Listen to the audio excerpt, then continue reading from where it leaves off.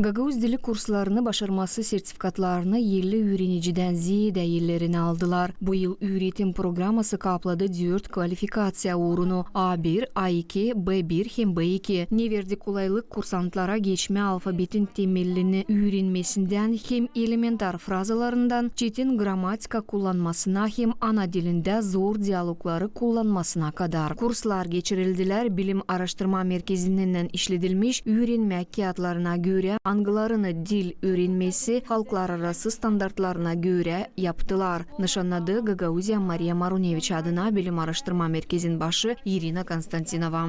Biz bugün öyle bir iş yaparız. Hangisi gösterir hani bizim ana dilimiz, Gagauz dilimiz yaşar. Hani o lazım. Bana göre bu en önemli iş.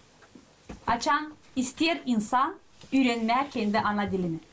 Biz bugün düşünüyoruz. Hani doğru yoldayız. Hem de Gagauzya'mız pek önemli bir iş yapıyor. Açan verir öyle ödemeler. Hani parasız olsun kolaylık öğrenmeye ana dilimizi. Yortulu olayın süresinde kursları götüren filologlar nişanladılar. Hani bakmayarak ona. Hani kurslar akşamleyin online formatında geçirirlerdiler. Merak hem haviz öğrenme ana dilini kursantlarda büyüktü. Sevindirir bugünkü günde hani dilimiz başladı güzelleşme. Çok şükür ederim onlara kim benimle birlikte bu işi yaptı. Seviniyorum.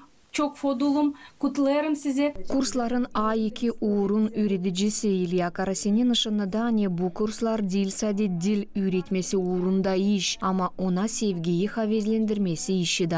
A2 uğrunu öğreterek çalışıyorum.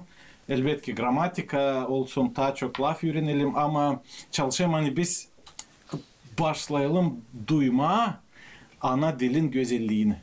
O pek güzel bir dil. O ince zanaatı duyma ana dilimizde. De bu Gagauzluk yaşasın. Hem Gagauzların dünyaya bakışı, mirovozrение, dünyaya bakışı ta kayvileşsin.